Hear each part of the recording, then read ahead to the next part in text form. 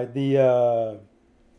The next one we talked about was decision making and root cause analysis. Have you? I think I told you that I had that safety incident at work, right? Right. Right. So I've had something that has happened during this life group. Have you had any like something that happened and you had to kind of figure out, hey, what's causing this? Like, what's the root? What is going on with this? Because a lot of times we fix the surface level stuff and it just keeps happening. And it's not until you dig down and get that root of what's causing it.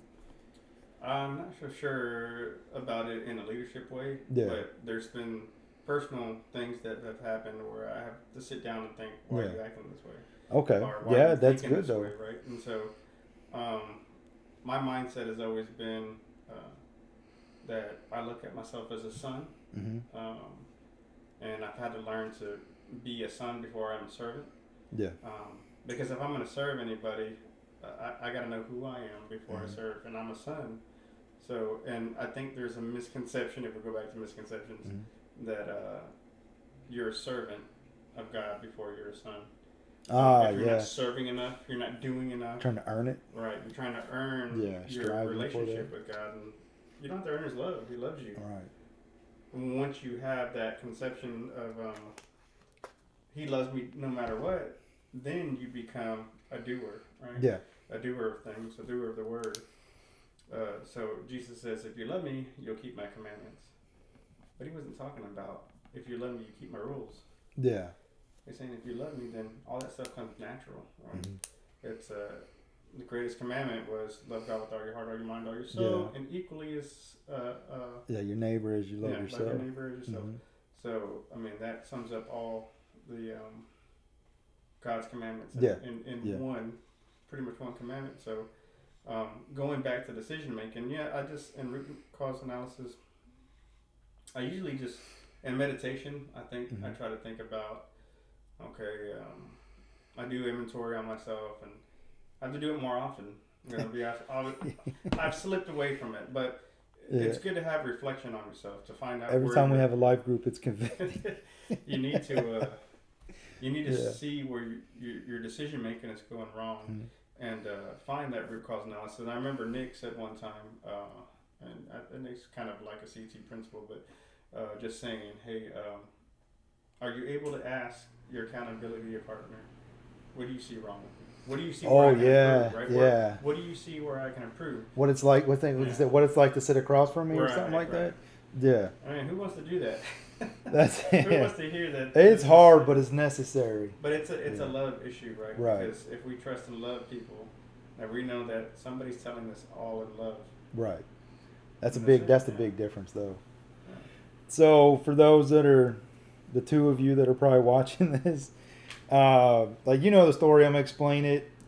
So I blew something up at work, all right, and it was pretty loud, made quite a ruckus. It got the attention of everyone in the building, and I had a couple meetings, safety related meetings, and I was sitting in there. I don't know if I told you. Did I tell you about the meeting I had with my boss? Probably not. Okay, and so we were sitting there, and he asked me like, "Well, why do you think this happened?" And I was like, "Oh, well, what I did afterwards, when everything kind of calmed down, and nobody was hurt, no real property was. We found out no real property was destroyed, so that's good." As I sat down, I did the 5 whys, and that's kind of like where you just keep, well, okay, this happened, why? And then you get an answer, and then asked why. And I told him that I was like, I did the 5 whys, and he he's like, the 5 whys, what's that? And I was like, oh man, let me tell you about this thing we just talked about, my leadership life group that I invited you to.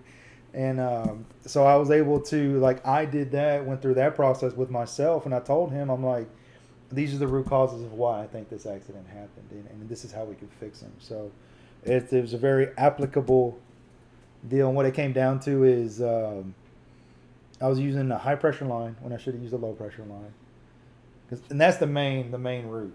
Because if I'd been on a low pressure line, everything else that happened wouldn't have mattered. And then the smock I was wearing was too baggy, and the cuff of it caught the valve and opened the valve, and that's what sent all the pressure.